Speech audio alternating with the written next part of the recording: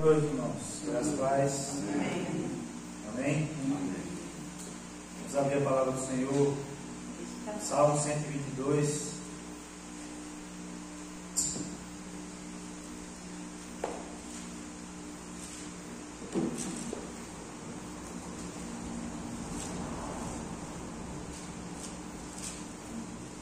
É só o primeiro versículo.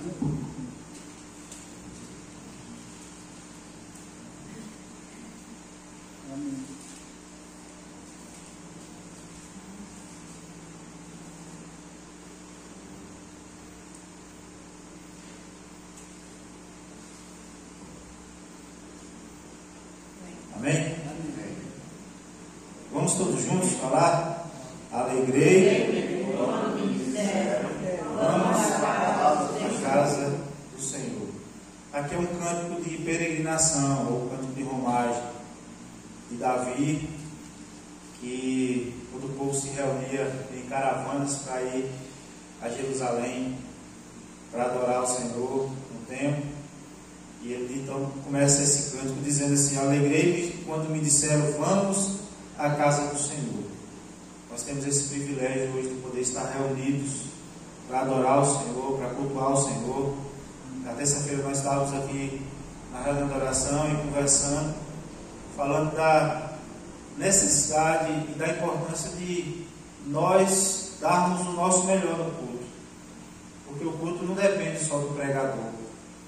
Tudo depende do que você vai fazer para Deus, aí no seu lugar sentado, a sua adoração, que também é muito íntima. Tem uns que pulam, outros que não tiram o pé do chão de jeito nenhum, outros que não conseguem cantar e bater palma ao mesmo tempo. Mas a adoração é pessoal e ela brota do nosso interior para com o nosso Deus. Então, nós precisamos nos alegrar em estar na casa do Senhor, para adorarmos a Ele, para cultuarmos a Ele, para aprender mais dEle, para que nós possamos lá fora colocar em prática tudo aquilo que a gente tem aprendido de Deus. Amém? Vamos orar. Pai, te louvamos, te bendizemos, exaltamos o nome do Senhor, agradecidos, ó Deus, por estar na tua casa. Ó Deus, louvado seja o nome do Senhor. Quantos queriam ter uma casa como essa para adorar o Senhor, para estar em comunhão com os irmãos? Ó Deus, nós temos esse privilégio, louvado seja o nome do Senhor. Ó Deus, pedimos perdão ao Senhor pelos nossos pecados. Nós confessamos diante do altar do Senhor. Somos pecadores, pecados está diante de nós.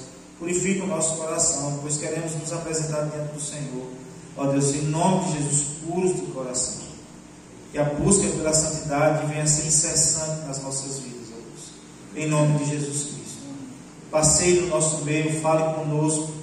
Ó Deus, edifica o nosso coração, a ponto de sairmos daqui, ó Deus, com o nosso coração cheio, transbordando da alegria do Senhor. Nós pedimos assim em nome de Jesus. Amém.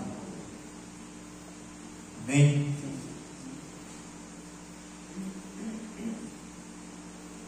Amanda não pôde vir, está lá com o corpo dolorido e com a garganta doendo, então não pôde vir. Então é nós mesmo, tá certo? Vamos ficar de pé.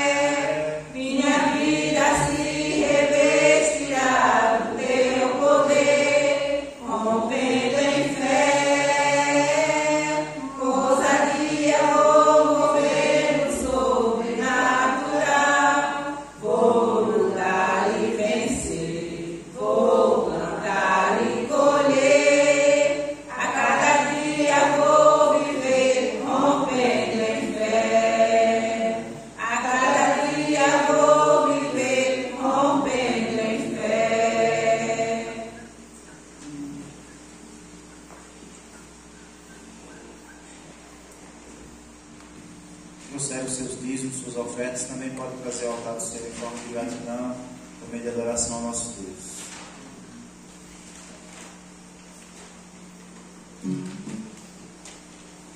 Deus enviou seu Filho amado para perdoar, para me salvar.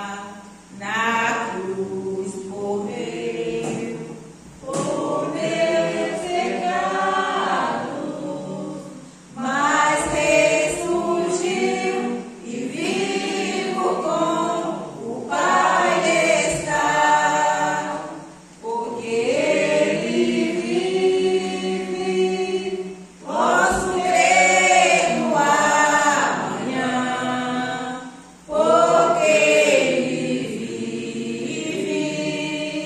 Temor não há, mas eu vencer.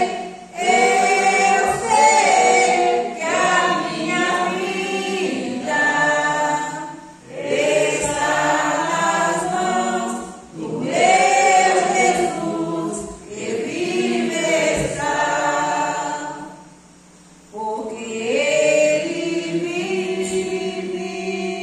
Posso crer no amanhã, porque Ele vive.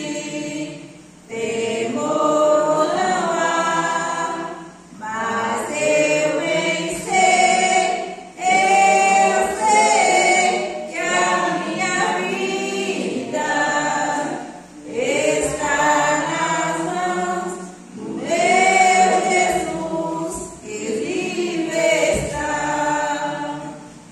E quando enfim chegar a hora em que a morte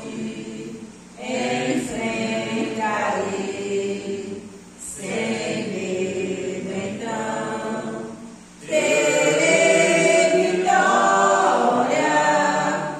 Verei a glória ao meu Jesus, que vive está, porque Ele vive. Posso crer no amanhã, porque Ele vive. Temor não há, mas eu vencer. Eu sei que a minha vida está nas mãos do meu Jesus, que vive está, porque Ele vive. Posso crer no amanhã, porque Ele vive. Temor não há, mas eu vencer. Eu sei que a minha vida está nas mãos do meu Jesus, que vive está.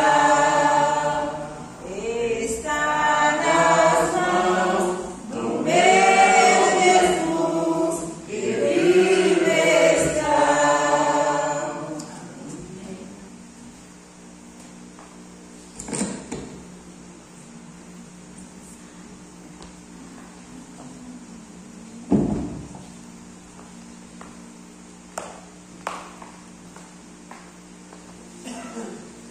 Graça e paz, meus irmãos. Gostaria de pedir desculpas pelo atraso. Não é costume eu atrasar. Hoje entrei 7h47 no Embasa. A ideal era entrar às 7h30 para poder sair 5. Entrei 7h43. Depois, na hora do almoço, tinha que chegar às 1h15, pagando 15 minutos aí para descontar dos feriados. Também cheguei 1h23. Então já tive que pagar mais. E aí fui a pé para casa, no meio do caminho, dor no joelho. fui devagar, estou morrendo de dor aqui no joelho, estava ali procurando uma posição mais agradável. Aí saí de casa, gasolina, 50 km de autonomia. A mulher deixou o carro, que ela não saiba, na gravação depois ela vê, né? Deixou o carro já quase na reserva. Venho até Lapão, antes de sair descer, todas as sinaletas fechadas. Sério, não adianta ter pressa. Ainda bem, Michel, que você me deu essa tolerância de 10 minutos lá no seu áudio. Foi praticamente o tempo que eu gastei de atraso aí com os irmãos. Peço desculpas com toda a sinceridade do meu coração. Ainda que não precisemos também sermos legalistas, né? Não vai ser também um atrasozinho que vai matar-nos e nem impedir que nós sirvamos ao Senhor. Eu gostaria de convidar os irmãos a abrirem suas Bíblias em Lucas 24. Nós vamos ler muito hoje a palavra. Eu já preguei esse sermão em Lapão e quero também refletir sobre esse texto com os irmãos aqui em Patos. Creio que é muito importante. Eu estive em Canarana no domingo da ressurreição e na manhã de domingo eu também preguei na igreja de Lapão. E eu queria edificar os irmãos e fortalecer a nossa fé com a mesma verdade. Lucas capítulo 24. Nós vamos ler todo o capítulo e aí, para ganhar o tempo da leitura, nós vamos pregando e lendo. Eu creio que a gente vai conseguir já poupar esse tempo. Lucas capítulo 24. Todos abriram? Pronto. Então deixei marcadinha sua Bíblia, não feche. Nós vamos caminhar por esse texto. Meus irmãos, nós como cristãos, na nossa jornada, nós temos altos e baixos na nossa espiritualidade.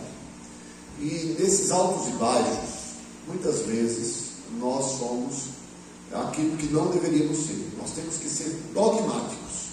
O que é um dogma? É uma verdade que não se negocia.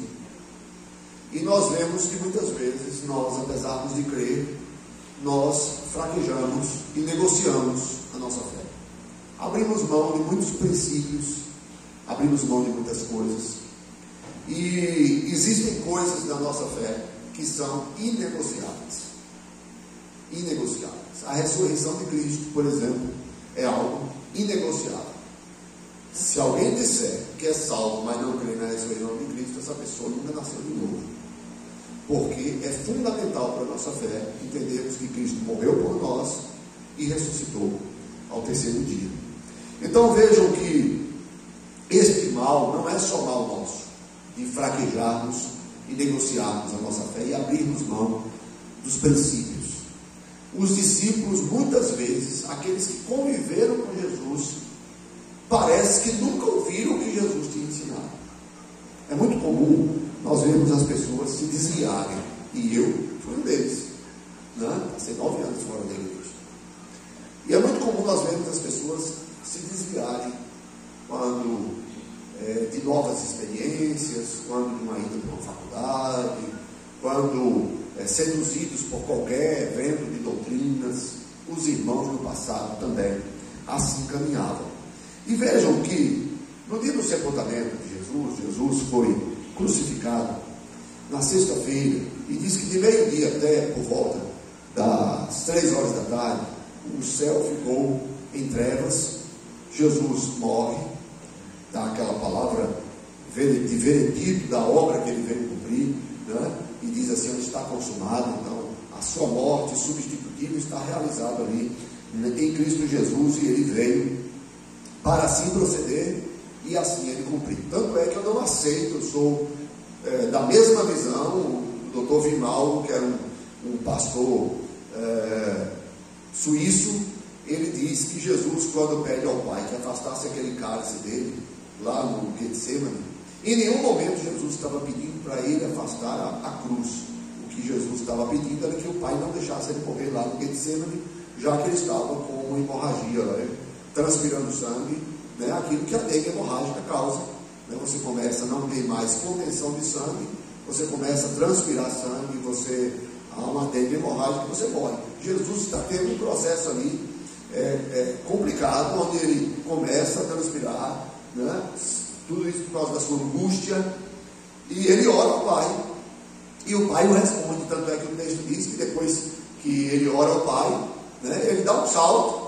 Imagina quem está de joelho orando, pensando que vai morrer, dá um salto e diz: olha, é chegado a minha hora, né? Eis que o traidor se aproxima, né? O Filho de Deus vai ser entregue então aos homens. E aí é quando chega Judas, dá um beijo como identificação à noite de quem era Jesus, e os guardas o prendem. Então, em nenhum momento nós vemos que Jesus fraquejou ao ir para a cruz, né? Ele estava convicto disso.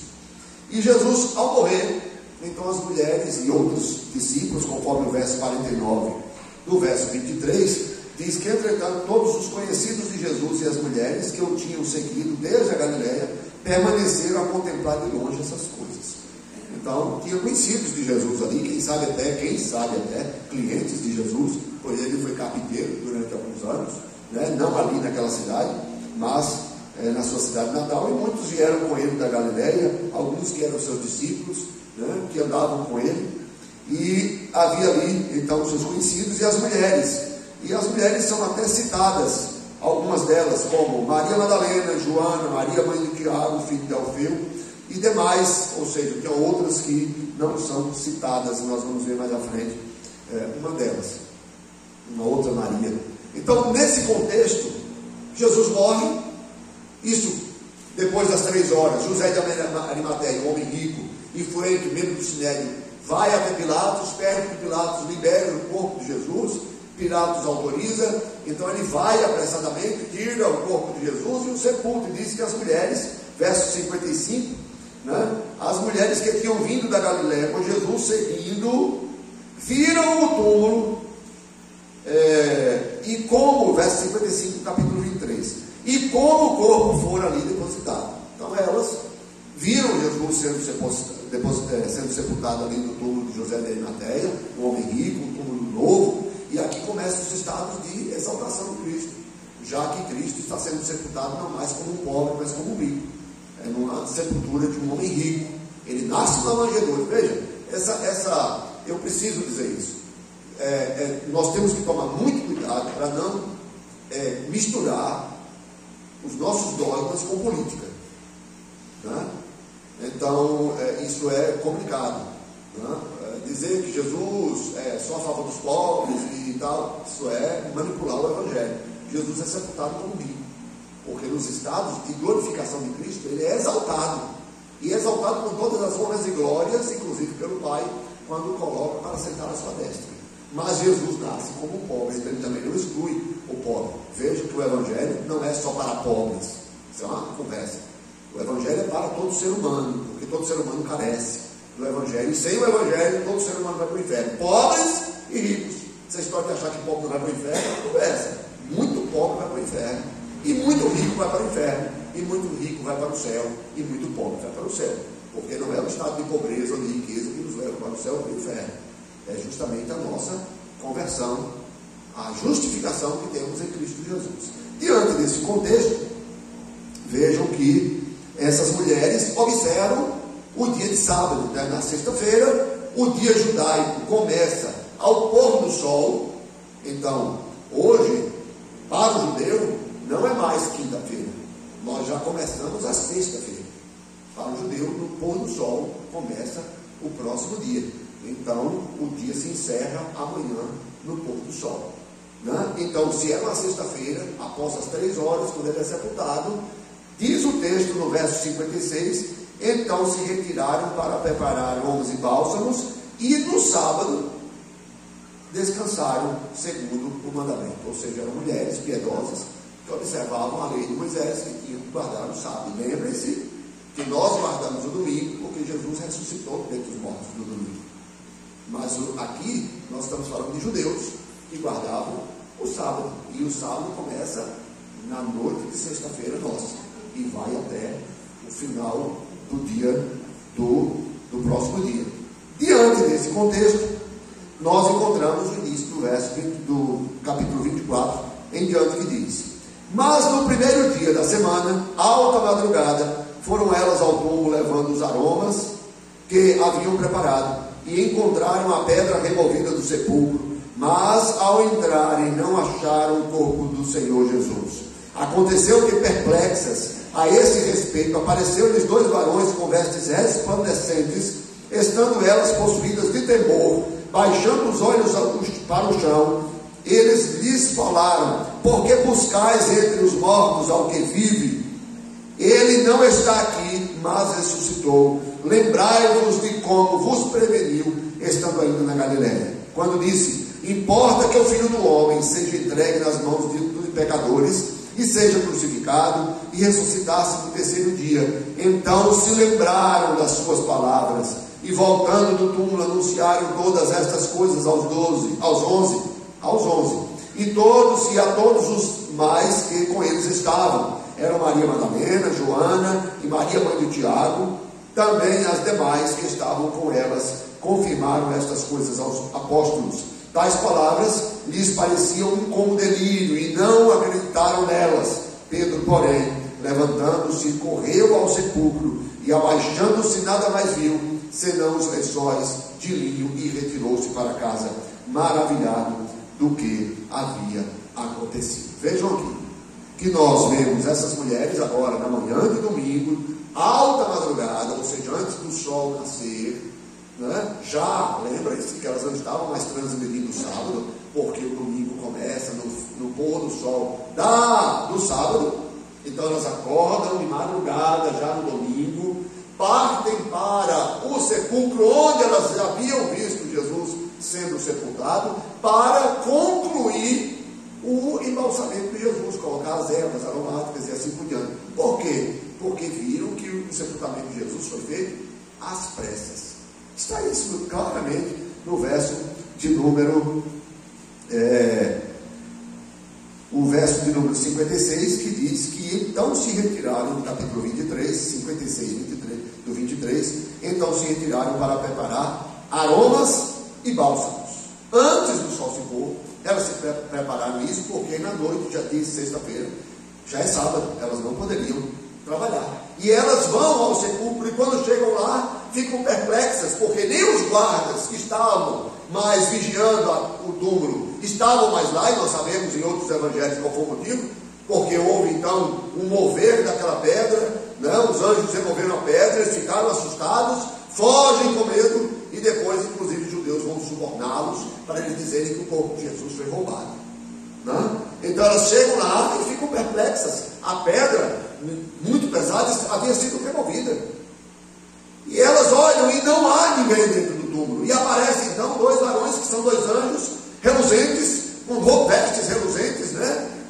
Mostrando assim a sua santidade, a sua exclusividade ali, a diferenciação de seres humanos normais para anjos. E estes anjos então dizem: por que vocês estão procurando entre os mortos aquele que vive? E aí eles vão dizer para aquelas mulheres, que é o primeiro ponto que nós queremos meditar com vocês nessa noite, sobre o tema: ele vive e reina. Ele vive e reina. E o primeiro ponto que nós temos que entender que ele vive e reina é justamente que os anjos dizem para aquelas mulheres: lembrai-vos. Lembrai-vos. Meus irmãos, nós como crentes temos a tendência de esquecer. E estes anjos chegam para aquelas mulheres e diz: lembrai-vos. Isso está no capítulo 24, verso 7, quando disse, capítulo 24, verso 6, então ele não está aqui, mas ressuscitou. Lembrai-vos de como vos preveniu, estando ainda na Galiléia. Jesus havia falado antes que ele ressuscitaria, que ele morreria e ressuscitaria. Quando nós vamos para textos, eu vou ler só 3 deles para vocês, existem outros nos evangelhos sinóticos, né? Mas eu vou ler só 3 textos para vocês entenderem o que eu estou afirmando aqui.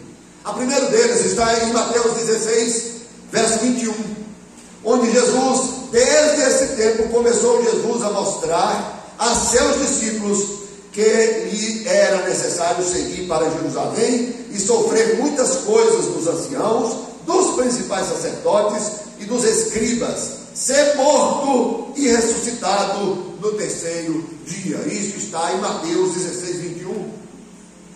Antes, Jesus já está dizendo aos os seus discípulos. Quando nós vamos para Mateus 17, 22 e 23, nós lemos: reunidos eles na Galileia, disse-lhe Jesus: o Filho do Homem está para ser entregue nas mãos dos homens, e estes o matarão, mas ao terceiro dia ressuscitará. Então os discípulos se entristeceram grandemente. Por quê? Porque Jesus disse que morreria.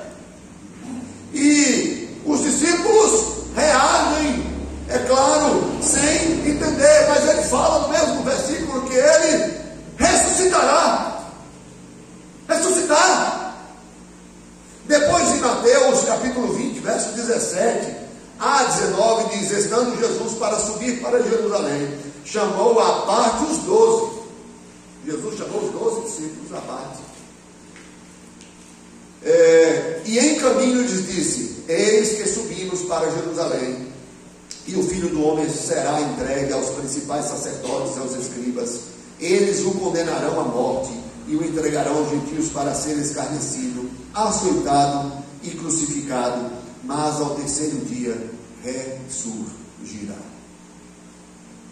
Aí vocês entendem por que é que os anjos chegaram para aquelas mulheres que estavam perplexas diante da ressurreição de Jesus Cristo. E ele diz: lembrai-vos, lembrai-vos. Você se lembra disso todos os dias? Você se lembra todos os dias que Jesus ressuscitou?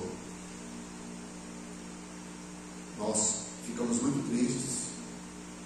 Saiu agora no website, né, da região, que um pastor foi preso, levando drogas e celulares para o presídio. Como é que um crente se envolve em coisas como estas? Certamente é porque essa pessoa, diante das tentações da vida, está se esquecendo que a promessa para nós não é para esta vida. Quando Jesus ressuscita de dentre os mortos, ele está dizendo para nós que ele morreu, nos justificou substitutivamente, nos substituiu na sua morte, mas não só nos substituiu para que nós tivéssemos o nosso perdão, mas nos dá a esperança de uma vida eterna, que é muito explícita, quando em Apocalipse isso é confirmado para nós, de que nós viveremos eternamente com o Senhor. Inclusive esse estado de vida eterna haverá também para os que viverão, morrerão eternamente. Mesmo ainda estando vivos, eles terão uma outra morte, que é o inferno. Por isso Jesus dirá: vinde benditos de meu Pai, para aqueles que viverão eternamente, e apartai-vos de mim, malditos. Hoje, quando celebramos a Santa Ceia, anunciamos a morte do Senhor até que Ele venha, ou seja, Ele está vivo. Nós temos um sumo sacerdote que nos estados de exaltação de Cristo, quando Ele é assunto aos céus, Ele senta-se à destra do Pai, e no livro de Atos vai citar que o nosso irmão Estevão, a ser apedrejado por causa da sua fé, Deus lhe dá a graça, não de livrá-lo das pedradas, não de livrá-lo da morte, mas de ter o privilégio de ver o seu Salvador sentado à destra de Deus Pai Todo-Poderoso, como diz o credo, de onde há de vir a julgar os vivos e os mortos. Então nós temos que entender que é vontade de Deus que nós nos lembremos. Nos lembremos. E no dia a dia nós acabamos por esquecer, e nós corremos mais perigo do que estes irmãos, porque estes tiveram um convívio. Eles conviveram com Jesus e se esqueceram. E nós, que não ouvimos, não pegamos, não ouvimos a sua voz, ouvimos a pregação dos seus ensinos, mas nunca ouvimos a sua voz, como Paulo ouviu, chamado fora do templo. Ó Saulo, quem és tu, Senhor? Eu sou Jesus a quem tu persegues. Chamado, como ele mesmo diz, um apóstolo chamado fora do tempo. Então nós, como cristãos, precisamos nos lembrar. E os anjos então exortam aquelas mulheres, dizendo: lembrai-vos, lembrai-vos. Vieram fazer o que? Só o sepultamento meu? Botar perfuminho aqui em cima de mim? Meus irmãos, os anjos estão dizendo: Jesus vive, porque buscais entre os mortos aquele que vive. Crentes devem se lembrar sempre que Jesus está vivo, à destra de Deus Pai, intercedendo por nós nós não temos um sumo sacerdote falível, nós temos um sacerdote puro, santo, que está com um corpo humano, ainda que seja 100% Deus, é 100% homem, que está à destra de Deus Pai, intercedendo por mim e por você. Sua oração e a minha só chega lá, porque Ele ora por nós. Senão sua oração não chega em canto nenhum, sua religiosidade e a minha não chega em lugar nenhum, seu sacrifício o meu não chega em lugar nenhum, se nós não tivermos um Deus que enviou seu Filho para morrer por nós, e ao olhar para você e para mim, Ele vê a justiça do seu Filho e não a sua e a minha, não a sua igreja, não a sua denominação, não um conjunto de regrinhas que você acha que são certas. O que Deus vê em você e em mim é o sangue do seu Filho, que nos purifica de todo pecado. Lembrai-vos, e diz o texto, que elas, verso 8, então se lembraram das suas palavras. Vale ressaltar que elas não lembraram das palavras dos anjos, elas se lembraram das palavras de Jesus. Eu não estou aqui para você lembrar das minhas palavras, Michel não está aqui para você lembrar das palavras de Michel, pastor Bíblia, pastor Alcides, que vai pregar no aniversário da igreja, você não está aqui para lembrar das nossas palavras. Os anjos exortam aquelas mulheres a lembrarem das palavras de Jesus. É a palavra de Deus que é inerrante, é nela que existe a instrução correta. Toda a pregação é para clarear esta palavra, porque o que vale é a palavra, essa que você está aberta aí, essa que você está lendo. Então vejam, meus irmãos, que estas mulheres então voltam, verso 9, e voltando do túmulo anunciaram todas essas coisas aos 11. Judas já não está mais entre eles. E depois que elas anunciam, é interessante, vejam o que diz o texto, que tais palavras aos apóstolos, aos 11 e aos que estavam com eles, tais palavras lhes pareciam como delírio, e não acreditaram nelas. Presta atenção. Sabe aquele texto que nós lemos de Mateus, capítulo 20, versos 17 a 19, que diz: estando Jesus para subir para Jerusalém, chamou à parte os 12, e em caminho lhes disse: eis que subimos para Jerusalém, e o Filho do Homem será entregue aos principais sacerdotes e os escribas. Eles o condenarão à morte e o entregarão aos gentios para ser escarnecido, açoitado, crucificado, mas ao terceiro dia ressurgirá. Eu lhe pergunto, os 12, um deles traiu, não está mais entre eles, só tem 11. As mulheres falam da ressurreição de Jesus aos 11, e os que estavam com eles, e o que é que eles fizeram? Acharam que essas mulheres estavam delirando. Eram crentes? Sim. Crentes convictos? Não. Crentes que criam em absolutos? Não. Crentes que estavam fraquejando na sua jornada. E todos nós precisamos tomar muito cuidado, porque vejam, nós estamos falando aqui dos apóstolos, que estão aqui agora vendo as coisas e achando que tudo isso é loucura. E diz que Pedro então se levanta, corre ao sepulcro, e quando chega lá só vê os lençóis de linho, e retirou-se para casa maravilhado do que havia acontecido. Mas não acreditaram no testemunho que as mulheres, não haviam acreditado no testemunho que as mulheres haviam dado. Mas o mais importante é que eles tinham que lembrar das palavras de Jesus, e que Jesus lhes disse que ele ressuscitaria. Em segundo lugar, meus irmãos, ele vive e reina honestos e tardos de coração. Eu não vou ler o texto aqui para ganharmos o tempo, mas é o texto justamente da aparição de Jesus aos discípulos no caminho de Emaús, que o presbítero Paulo pregou nessa igreja. Então, a história dos discípulos indo no caminho de Emaús, os irmãos ouviram o presbítero Paulo pregando no aniversário desta igreja aqui. Não lembra? Se não lembra, já está errado. É muito pouco tempo para você não lembrar mais. Lembrai-vos. Lembrai-vos da palavra de Paulo? Não, do texto pregado. Então eu estava tirando foto, nem ouvi o sermão todo, porque estava tirando foto, não dava para conciliar as duas coisas. 2 sentidos não assimilam, não é 2 centelhas não assimilam, é 2 sentidos não assimilam. Você não pode estar com sentido em 2 lugares, né?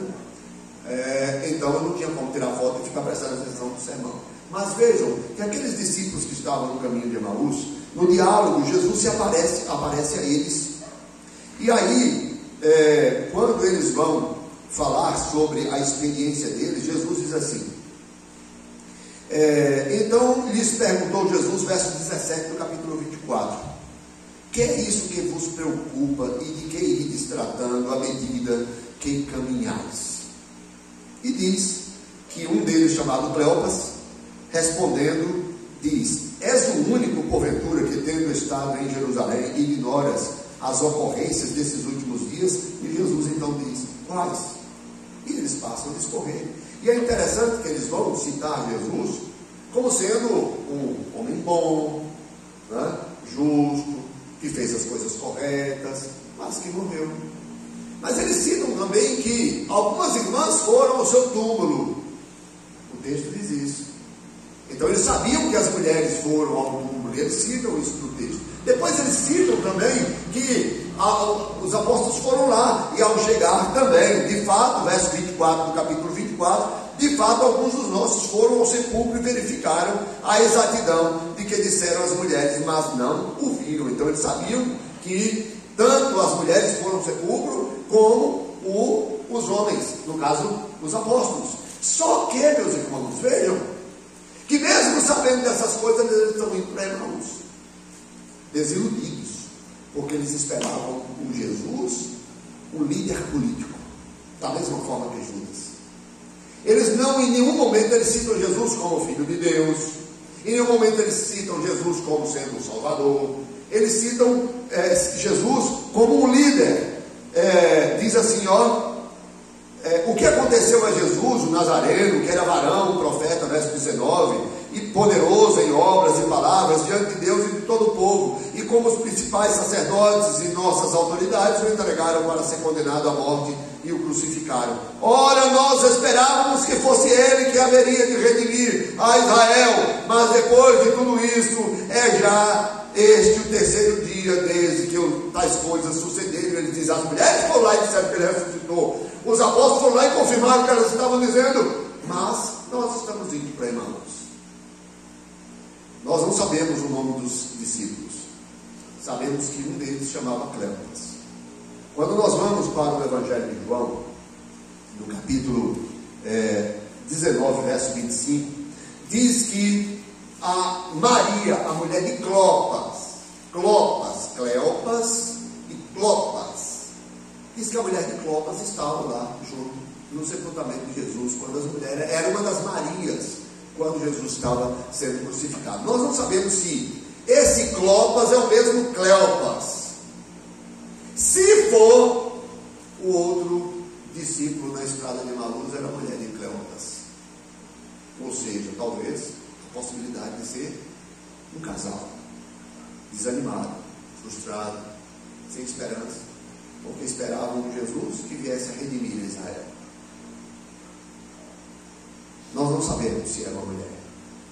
Vem até o fato de que quando eles chegam em Emaús, eles vão para casa e chamam Jesus, que era desconhecido para eles, para entrar com eles em casa. Talvez 2 homens, 2 irmãos, 2 discípulos ou um casal. Um casal até pode ser que chegam e vão jantar depois. Porque Jesus, é interessante que Jesus na estrada passa a discorrer todo o Antigo Testamento sobre o que a palavra falava sobre o Messias. Em nenhum momento o Messias é apresentado como sendo um líder político, um reacionário que vai trazer justiça ao mundo, justiça social, justiça política. Não, a justiça de Deus excede a essas justiças, porque a justiça social é muito relativa. É muito relativo. Se fala muito disso hoje, mas muita gente, isso, vocês querem saber onde é que está isso? Isso está logo quando no verso 25, Jesus, no capítulo 24, Jesus diz: então lhes disse Jesus: ó necios e tardos de coração, para crerem em tudo que os profetas disseram, porventura não convinha que o Cristo padecesse e entrasse na sua glória? E começando de Moisés, discorrendo por todos os profetas, expunha-lhes o que a seu respeito constava em todas as Escrituras. Vocês não conhecem a palavra, estão crendo no Messias e esperando o Messias, que não é o prometido por Deus. Isso aí que vocês estão esperando não é o Messias, é uma invenção na cabeça de vocês, da religiosidade de vocês, do nacionalismo de vocês, e não a promessa do Messias de fato. Isso é importante, meus irmãos, porque nós muitas vezes nos achegamos ao Evangelho, a Cristo e ao Evangelho e à igreja por falsas expectativas, e criamos e construímos falsas expectativas e depois nos decepcionamos. Quando eu passei 9 anos fora da igreja, já contei isso para a maioria que já sabe a história de cor e salteado, eu me decepcionei com Deus por causa de pessoas. Onde é que na Bíblia que disse que na igreja ia ter pessoas perfeitas que nunca iam, ou numa conversa, ou em alguma circunstância, cometer algo que pudesse nos ferir? Onde é que existe isso? Não é a Bíblia. Aqueles que estão acompanhando a leitura da Bíblia e passaram por 1 Crônicas e 2 Crônicas, se não assustaram é porque tem um sangue de barata. Não lembro quanto de morte que teve, e vai e se torna pior que o outro e mata a pessoa. Meus irmãos, a humanidade é má, por isso Cristo teve que morrer por você e por mim, porque nós somos maus. Desventurado o homem que sou, quem me livrará do corpo dessa morte? O maldito. Cheguei a pregar esse sermão aqui, preguei, mas preguei na igreja não, quem sabe prego aqui um dia. O maldito, desventurado o homem que sou, quem me livrará do corpo dessa morte? O fato é que Jesus chama eles, vejam, Jesus os repreende e os chama de nécios e tardos de coração. Sabe quando é que você e eu deixamos de ser nécios e tardos de coração para com o Evangelho? Quando nós lemos a palavra e buscamos entender a palavra. Tem muito crente que não entende nada do que ouve nem do que lê, nada. A pergunta é: se o Espírito habita em você, como é que você não entende nada? Busque sabedoria, busque na palavra, ora, lê. Está cheio na internet de comentários bíblicos, está cheio na internet de pastores pregando, pastores sérios, Hernandes, Augusto Nicodemos e tantos outros, de outras denominações também, cheios. Ninguém pode dizer hoje que não cresce por falta de oportunidade na fé. Está cheio de oportunidade. Talvez é que nós estejamos gastando muito tempo com outras coisas e outras prioridades. É claro que você e eu precisamos sobreviver. Eu hoje trabalhei 8 horas. Não sou a exceção de vocês. E o próprio Michel está aqui trabalhando, também estou aqui trabalhando. Mas vejam que talvez estejamos passando muito tempo nas redes sociais, assistindo muita televisão, muito jornal, para ficar atualizados sobre a política, e temos pouco tempo para ler a palavra, ler um bom livro evangélico, e baixar um PDF, audiolivro. Hoje você baixa um PDF e manda um aplicativo como @voz, lê para você. Você quer ouvir a Bíblia? Está aí, eu não estou mandando já. Você está replicando para o pessoal? Não, né? Tem algum grupo que está ouvindo? Não. Tem uns que estão no grupo. Quem está no grupo está ouvindo. Está lá. Não tem tempo de ler. Tem não? Está lavando o prato, ouve. Aplicativo da Bíblia está cheio. Falta-nos é tempo de dar conta de tanta coisa. Falta-nos é tempo. Então, ó nécios e tardos de coração. Em terceiro e último lugar, meus irmãos, ele vive e reina porque estáis perturbados. Talvez aqui seja um dos grandes males nossos, e eu não sou exceção. Verso 44 em diante, nós já estamos caminhando para concluir, meus irmãos, para celebrarmos a ceia. Veja o que diz o texto, verso 44 em diante. A seguir Jesus lhes disse: são estas as palavras que eu vos falei, estando ainda convosco. Desculpe, irmãos, quando antes disso, depois da estrada de Emaús, diz que aqueles discípulos de Emaús voltam para Jerusalém à noite. Depois, quando ele parte o pão, lembra do sermão? Quando ele parte o pão, eles percebem que era Jesus. E aí Jesus sobe, e eles saem à noite e voltam para Jerusalém, por volta de 11 quilômetros era a distância. Eles voltam para Jerusalém, chegam lá, encontram os apóstolos e outros reunidos com eles, e eles contam o que havia acontecido, mas eles também recebem a notícia de que Jesus já havia aparecido a Pedro. E diz que eles ainda falavam, isso está no verso 36, falavam ainda estas coisas quando Jesus apareceu no meio deles e disse-lhes: paz seja convosco. Agora são os apóstolos, esses discípulos da estrada de Emaús e outros que estavam reunidos ali, e Jesus chega a eles e diz: paz seja convosco. Eles, porém, surpresos e atemorizados, acreditavam estar vendo um Espírito. Olha, vê aí o culminar da história. As mulheres chegam no sepulcro, está vazio, elas ficam perplexas, os anjos aparecem a elas e dizem: lembrai-vos. Elas se lembram, correm para os apóstolos, contam os apóstolos não acreditam, acham que elas estão delirando, vão até o sepulcro, veem que o sepulcro está vazio. Voltam depois, aí esses discípulos da estrada de Emaús, Jesus já apareceu a eles. Depois, quando eles voltam, sabem que Jesus já tinha aparecido a Pedro. E mesmo depois de já estar aparecido a esse povo todo, veja o que acontece então no texto. Eles, porém, surpresos e atemorizados, acreditavam estar vendo o quê? Um Espírito. Pense que maturidade é essa. Aí diz o texto que no verso 38, mas ele lhes disse: por que estáis perturbados? Por que estáis perturbados? E por que sobem dúvidas ao vosso coração? Vede as minhas mãos e os meus pés, que sou eu mesmo. Apalpai-me e verificai, porque um espírito não tem carne nem ossos, como vedes que eu tenho. Que conversa de espírito é essa? Lembrem-se de que quando Jesus aparece no bar, é a mesma sensação que eles têm. E Jesus diz: rapaz, que conversa é essa?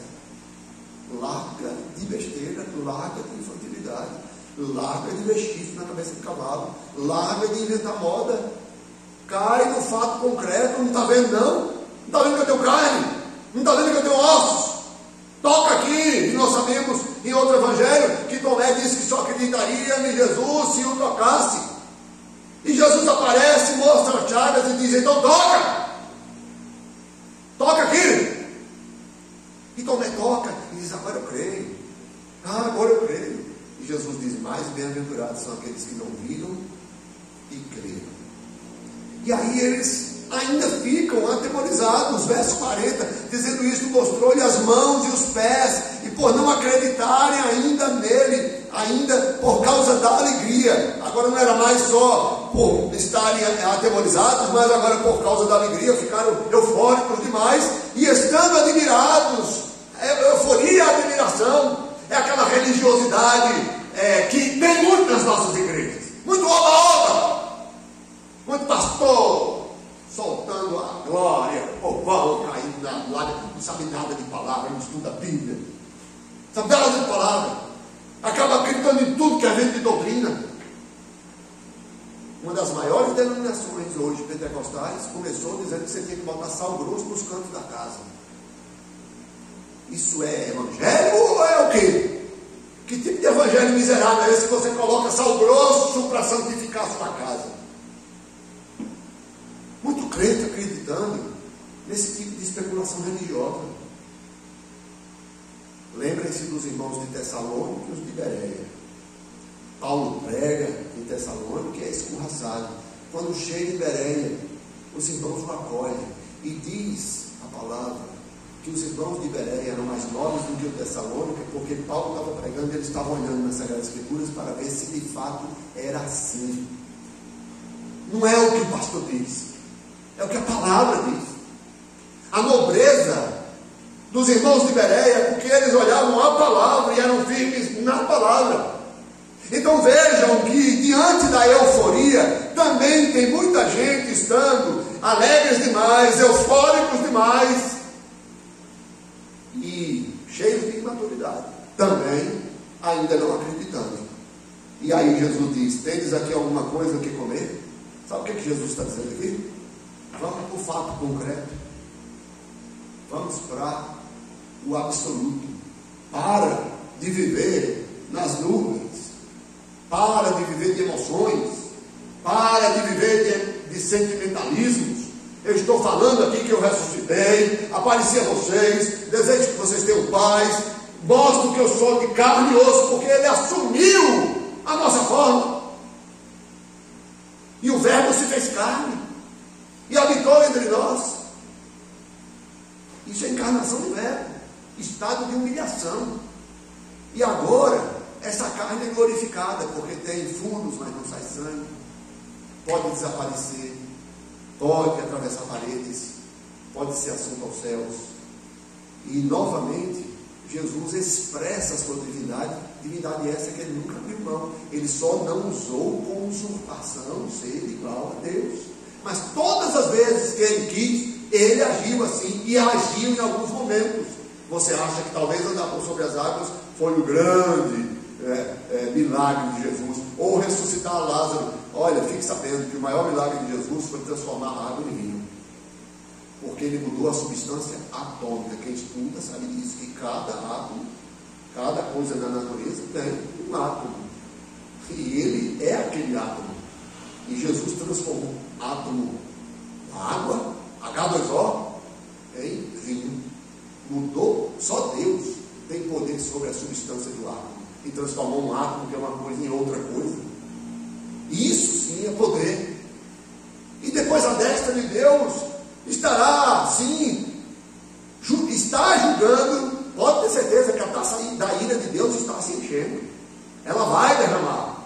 Ela vai derramar sobre reis, sobre políticos, sobre poderosos, mas também sobre pobres que não abraçaram o Evangelho. A ira de Deus será tremenda, porque todo aquele que está em Cristo será perdoado eternamente. Mas quem estiver sem o sangue do Cordeiro será condenado. Vinde, benditos do meu Pai, entrai no gozo. Apartai-vos de mim, malditos. Quem disse isso? Jesus que vai dizer isso no dia final. É binário, viu, gente? E outra coisa, assustem-se. Muitos são chamados. Muitos são chamados. Isso significa que o apartheid dos malditos vai ser para a maioria ou para a minoria? Para a maioria. O Evangelho não é uma religião de maioria. O Evangelho é uma esperança dos escolhidos. E são poucos. São poucos e estão debaixo da graça. O que salva o povo de Deus é a graça de Deus. Não é porque não fumamos, não é porque não vamos em festa, não é porque não usamos uma roupa imoral, não é porque pagamos a conta de água ou de luz lá em base. Isso aí você me beneficia quando você paga, porque você consumiu o salário, porque o salário é pago também, porque não trabalha lá em base. Mas isso aí não me faz justo. Faz justo diante da base, diante da lei no Brasil, mas não faz justo diante de Deus. O que nos justifica é o sangue de Cristo que nos purifica de todo pecado. Neste contexto, nós precisamos entender que Jesus pergunta aos seus discípulos: por que estáis perturbados? E ele começa dizendo: paz seja convosco. Meus irmãos, é muito comum no dia a dia nós nos esquecermos, nós sermos nécios e tardos de coração e andarmos perturbados. Tudo tira a nossa paz, tudo nos abala. Tem alguém aqui que tem dúvida que vai morrer? Eu só não tenho dúvida em uma situação somente, única e somente uma, e só uma. É se Jesus vier quando eu estiver vivo. Porque a palavra diz que eu não passarei pela morte, eu serei transformado. Os que estiverem mortos ressuscitarão primeiro, e os que estiverem vivos serão transformados. Mas como eu não sei quando ele virá, Jesus veio já tem mais de 2000 anos. Muitos irmãos mais piedosos do que você e eu partiram e estão esperando no Senhor a ressurreição dos mortos. Não estou dizendo que eles estão dormindo, O espírito volta para Deus, mas o corpo se decompôs, virou adubinho de planta. Muitos comidos por leões, muitos queimados vivos por causa da sua fé, muitos comidos por feras, muitos de morte natural, de câncer, de Covid. Somos mortais. Somos mortais. É claro que nós temos medo. É claro que a vida nos perturba. Tem gente que está com medo de casar, e o casamento pode não dar certo.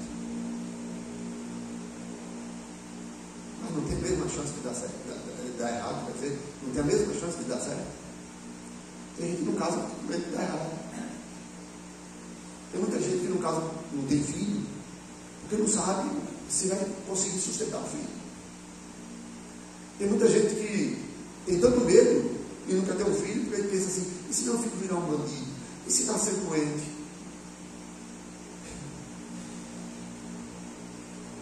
E se nascer doente? E daí? Você vai ser o primeiro? Não. Desde quando Adão e Eva caíram, a doença entrou na humanidade. E ninguém sabe onde ela vai nascer. Na casa de quem?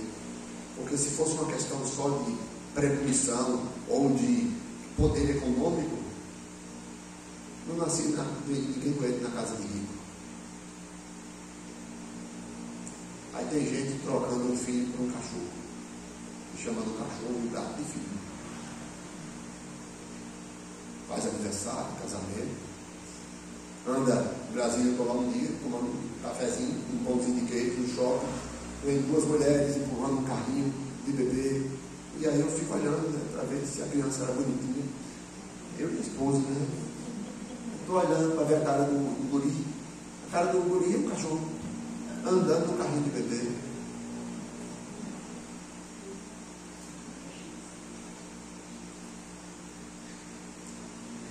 Lembrai-vos, ó necios e tardos de coração, por que estáis perturbados? Eu concluí domingo de manhã os discípulos, verso 44. A seguir Jesus lhes disse: são estas as palavras que eu vos falei, estando ainda convosco, importava-se cumprisse tudo que de mim está escrito na lei de Moisés e nos profetas e nos salmos. Então lhes abriu o entendimento. O crente tem que ter o entendimento aberto, senão não é crente. Então abriu-lhes o entendimento para compreender as Escrituras e lhes disse: assim está escrito que o Cristo havia de padecer e ressuscitar dentre os mortos no terceiro dia, e que em seu nome se pregasse o arrependimento para a remissão de pecados a todas as nações, começando em Jerusalém. Vós sois testemunhas destas coisas. Eis que envio sobre vós a promessa do Pai. Permanecei, pois, na cidade, até que do alto sejais revestidos de poder. Ora, o Espírito Santo é a promessa, vai descer sobre nós, e o objetivo do Espírito Santo estar em nós é nos selar, abrir o nosso entendimento, firmarmos, fazer com que nos lembremos, que não sejamos nécios, que não nos perturbemos, e que sejamos suas testemunhas da obra que Deus fez por nós. Verdadeiros crentes são testemunhas vivas, testemunhas para o seu vizinho, para o seu colega, para o seu namorado, para o político, para o colega de trabalho, não importa, há tempo e afora de tempo. Testemunhas. Paulo vai dizer que nós somos cartas vivas. Às vezes o crente não lê a Bíblia, às vezes o descrente não ouve a Bíblia, não lê a Bíblia, mas ele lê a sua e a minha vida. E quando nós testemunhamos pelas mudanças que o Evangelho causou em nós, eles não podem negar que houve algo diferente em nossas vidas. Sois minhas testemunhas, e por causa destas testemunhas o Evangelho chegou até aqui em paz. E se você é crente hoje, é porque alguém foi uma testemunha fiel, e depois dos apóstolos foi outro testemunho fiel, e outro testemunho fiel, durante séculos, irmãos, sendo testemunhas fiéis, mudando de cultura, de língua, de nação, de poder aquisitivo. E o Evangelho chegou aqui em Patos. Só que você e eu precisamos continuar sermos essas testemunhas, porque você não é a última bolacha do pacote, nem eu. Você não é a última bolacha do pacote. Não, pode vir Jesus, que agora eu já me converti, eu sou o último, pode vir. Nós não sabemos, como Lucas vai tratar no Evangelho, no livro de Atos, não nos compete saber épocas ou datas. Nós não sabemos ainda quando ele virá. O que nós temos que continuar é sendo testemunhas até e fiéis até a morte. E não importa quantas gerações ainda existam para frente, não importa quanto tempo Jesus ainda vai demorar para vir, não importa. Eu queria que viesse hoje. Ah, mas eu não vou ver minha filha casar, eu não vou ver meu filho formar, eu não vou. Estou pouco ligando para isso. Por mim, e eu espero que você também, Maranata significa vem Senhor Jesus é hoje. Mas não nos compete saber épocas ou datas. E aí eu concluí na igreja do Japão com uma frase minha, que eu queria que você lembrasse disso, só para você sair deste dilema que nós evangélicos às vezes vivemos. Às vezes nós ficamos só na vida espiritual, e Paulo diz, olha, aquele que não trabalha, que também não coma. Tinha muitos irmãos que iam de igreja em igreja, só pregando o evangelho, só no oba-oba da fé. E a vida? Fica onde? É muito fácil ficar só no oba-oba enquanto alguém está trabalhando, se matando para nos sustentar. Isso é coisa de adolescente. Aceitável até na vida de criança e de adolescente. Mas de mulher e de homem, adulto, não. E muito menos certo. Por sua vez, tem muito crente que vive só. Eu vou falar uma frase, não se choque por ela, mas tem igreja que promete o paraíso só aqui na terra, né? E tem muito crente que parece que não volta não, Jesus. Está muito bom aqui. Eu ainda tenho ainda lavoura, eu ainda tenho ali que ver o casamento da minha filha, eu ainda tenho que formar meu filho, eu ainda tenho que conhecer a Paris e tirar uma selfie na Torre Eiffel, eu ainda tenho que fazer um cruzeiro, eu ainda tenho. E vive muito com o pé no chão. E a verdade do Evangelho é essa. A frase é: olhai para as nuvens com os pés no chão.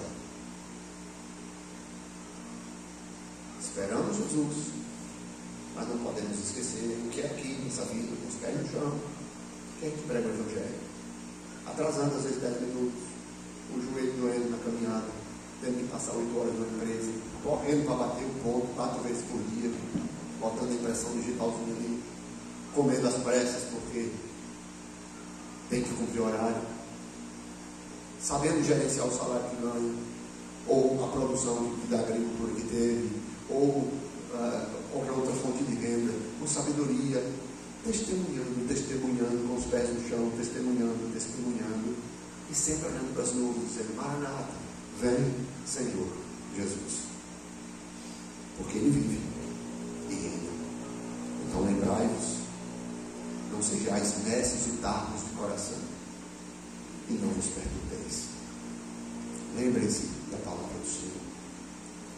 E foi justamente nesse contexto de pregação da palavra do Senhor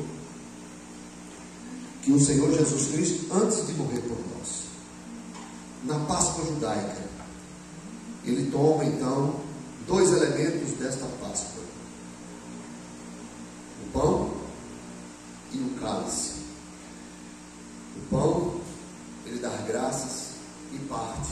Enquanto Paulo pregava aquele dia, eu lembrava disso. Na Santa Ceia, o Senhor partiu o pão após ter dado graças. Esse partir o pão tem um significado para nós muito profundo. Isso significa que o corpo de Cristo foi crucificado por nós, mas esse corpo foi humilhado e passou pelos estados de humilhação desde quando ele foi gerado no ventre de Maria. Era um ente santo, mas esse ente santo vai ter que nascer, mamar, fazer cocô, aprender a caminhar, nascer dente, ter cólica, trabalhar. E quando começa o seu ministério, acham que Jesus está louco, inclusive os seus familiares. Esse corpo foi humilhado por nós. O corpo de Cristo foi humilhado ao extremo de chegar à morte, a pior morte que existia na época, que era a morte de cruz. E a sua morte foi um estado de humilhação tamanho que a morte de cruz significava que nós não queremos ele entre nós, e Deus também não quer ele com ele. O crucificado era maldito, porque ele era levantado e colocado no ar, não está com os pés no chão, não está entre os homens, e nem tampouco está com Deus. Está aí no espaço, solto, sem ninguém querer dar-lhe ousadia. Atenção, maldito todo aquele que for pendurado na madeira. O corpo de Jesus Cristo foi partido por nós. E ao ser partido o seu corpo, como era um corpo real, ele derrama o seu sangue por nós. E a palavra diz que sem derramamento de sangue, não sejais tardos. Não sejais tardos. Sem derramamento de sangue, não há remissão de pecados. Foi assim desde o primeiro dia, quando Deus vestiu Adão e Eva. Foi assim porque Abel foi aceito, e o sacrifício de Abel foi aceito, e o de Caim não. Foi assim durante todo o tempo.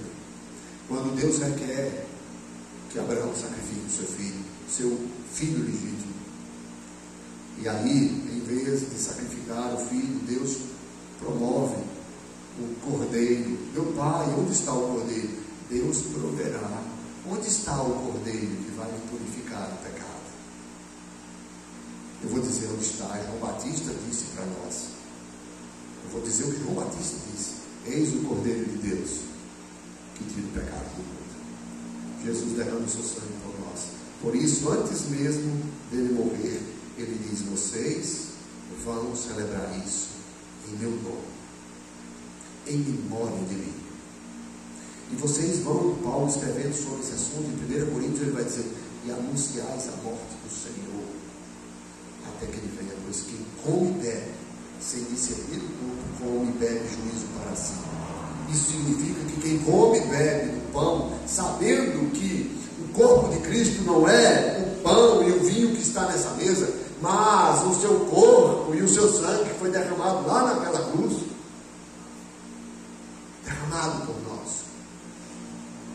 E por causa disso, por causa do seu corpo e do seu sangue, fazemos parte da família de Deus. Somos agora filhos adotivos de Deus, porque o nosso irmão nos comprou com o seu corpo e o seu sangue. A Santa Ceia significa isso. Mas nós não lembramos só a morte do Senhor, até que Ele venha. O Senhor voltará.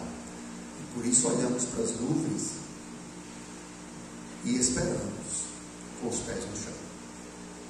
Ó varões, por que estás olhando? Da mesma forma que o viste subir, ele voltará. Aqueles que vão ceiar, por favor, fiquem em pé para que nós possamos servir no seu lugar.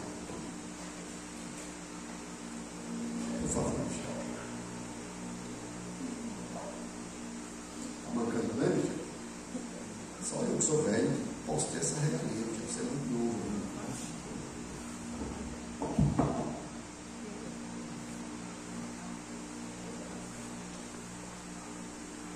Senhor Jesus Cristo, esse é o meu corpo que é dado por vós, e este cálice é o cálice da nova aliança no meu sangue.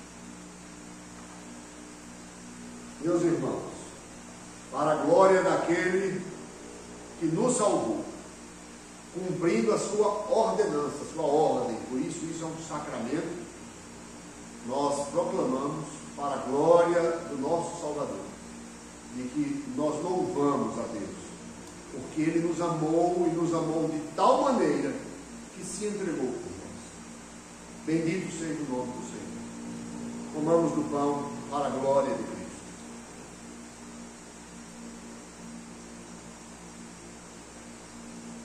Obedientes ao nosso Salvador, bebemos do cálice louvor da sua glória, pelo seu sangue derramado em nosso favor.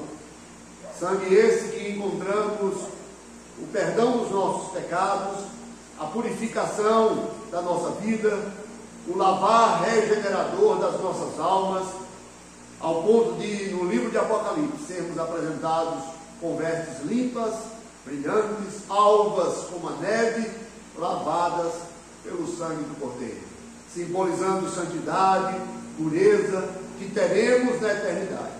Hoje lutamos contra o pecado, mas haverá um dia que não mais precisaremos lutar contra o pecado e contra a nossa carne, porque viveremos em santidade e justiça diante do nosso Deus, por meio do sangue de Cristo, nosso Salvador, em quem nós damos graças pela bendita salvação que nos foi otorgada. A Deus toda honra e glória, pelo Cordeiro de Deus, que tira o pecado do mundo. Bebei dele todos.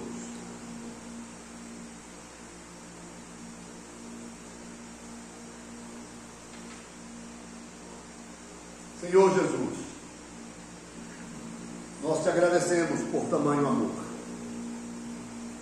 Pedimos que o Senhor tenha sempre misericórdia de nós e faças com que o teu Santo Espírito que habita em nós nos dê dons, nos dê habilidade, nos dê sabedoria, nos dê sempre da unção da santidade, nos ajude a lutarmos contra as nossas inclinações, os nossos pecados, as nossas iniquidades, nos dê palavras nos momentos oportunos para sermos testemunhas como o Senhor deseja que sejamos. Queremos ser usados por Ti, queremos que o Teu Evangelho chegue à nossa casa, aos nossos filhos, aos nossos pais, às nossas mães, aos nossos irmãos, aos nossos vizinhos, aos nossos patrões, aos nossos empregados. Sabemos, Senhor, que os eleitos são Teus. Nós não sabemos quem são, quantos são, quais são, mas Tu sabes cada um, e é promessa do Senhor que os Teus eleitos ouvirão a Tua palavra e seguirão ao Senhor, porque o Senhor é o bom pastor e as Suas ovelhas Te conhecem como bom pastor. Portanto, visita-nos, ó Salvador das nossas almas, visita-nos, Senhor das nossas vidas, tem misericórdia de nós, nos ajuda como ovelhas Tuas a reproduzirmos ovelhas também para Ti, para a glória do Teu nome, pela pregação do Evangelho, pelo bom testemunho, pelo reconhecimento de pecados, pelo abandono de uma vida que seja pecaminosa, de uma luta constante contra o pecado, de uma vida cheia de virtudes que Te agradam, para a glória do Teu nome, porque fomos salvos para a prática de boas obras, as quais o Senhor preparou para que andássemos nelas antes da fundação do mundo. Despede-nos com graça, despede-nos com unção, fortalece a nossa fé, dá-nos sempre a capacidade de lembrarmos, não sermos nécios e termos paz, como o Senhor tem nos concedido. Paz seja conosco, não nos deixe, Senhor, andarmos perturbados, livra-nos das perturbações, das inseguranças. Quando ouvirmos rumores de guerra, quando ouvirmos sobre a violência, sobre a evolução do homem mau, o seu sucesso, nós não fraquejemos, sejamos sóbrios, sejamos sérios, compromissados, sem deixar que os nossos pés se desviem, Senhor. Firma-nos no caminho. Nós oramos pedindo que o Senhor nos abençoe, porque é para a Tua honra, para a Tua glória que nós oramos, pedindo que o Senhor faça por meio de nós e em nós grande obra. Unges, pois, os Teus filhos aqui em Patos e fortalece-nos, é o que oramos. Amados, que o amor do Deus Pai, o arquiteto da salvação, e a graça do Deus Filho, o Senhor Jesus Cristo, o nosso eterno mediador e sumo sacerdote, e a comunhão, as consolações e a unidade do Deus Espírito Santo repouse sobre todos vós, que sois o povo de Deus, comprado pelo sangue do Cordeiro, hoje e pelos séculos dos séculos e por toda a eternidade. Amém. Puder sentar. Michel, mais uma vez, desculpem o atraso. Bom, irmãos, como os irmãos já sabem, Esse fim de semana estará acontecendo o aniversário da Igreja do Lapão, o 98º ano, sexta, sábado e domingo. O pastor Alcides estará conosco. O pastor mandou uma mensagem no grupo aí dizendo que ele já está em casa, já chegou. E como a gente sempre faz, sábado e domingo nós estaremos lá, tá certo? Então, começa na sexta, só que eu só venho buscar os irmãos sábado e domingo. Então a gente vai ter que se preparar um pouco mais cedo. Por quê? Porque a Tom vai precisar pegar os irmãos lá da Vila Castro e da Boa Sorte. Então, da mesma forma do ano passado, a gente vai estar, eu vou estar aqui com fé em Deus 6 horas da tarde, no mais tardar 6h10, a gente vai estar saindo daqui, que eu preciso chegar lá 6h30, que é para dar tempo de pegar os irmãos lá, tá certo? Tem gente aí dizendo que vai amanhã, não sei, quem tiver condição de ir vai ser ótimo, não perder nenhum dia, tá certo? Mas eu queria que você dispusesse o seu coração para estar lá nesses dias. É claro que o feijão com arroz é os nossos pastores, mas vem uns caras diferentes e ele prega bem e eu gosto dele, e é muito bom, vai nos fazer se alimentar de forma diferente, né, pastor? Mais ou menos assim, né? E eu tenho certeza que Deus tem uma palavra no nosso coração, no coração da igreja, tá certo? Então, dispõe o seu coração para ir. Agora não tem mais tombo nas estradas, é um asfalto, rapidinho a gente chega lá. Eu vinha essa semana eu marquei no relógio, vim de boa, em 80 por hora, de boa, no asfalto. Eu cheguei aqui com 12 minutos, estou diminuindo o tempo, mas rapidinho, da mesma forma, quando acabar, rapidinho nós estaremos aqui e se dispõe o seu coração para estar lá, tá certo? Deus abençoe os irmãos em nome de Jesus.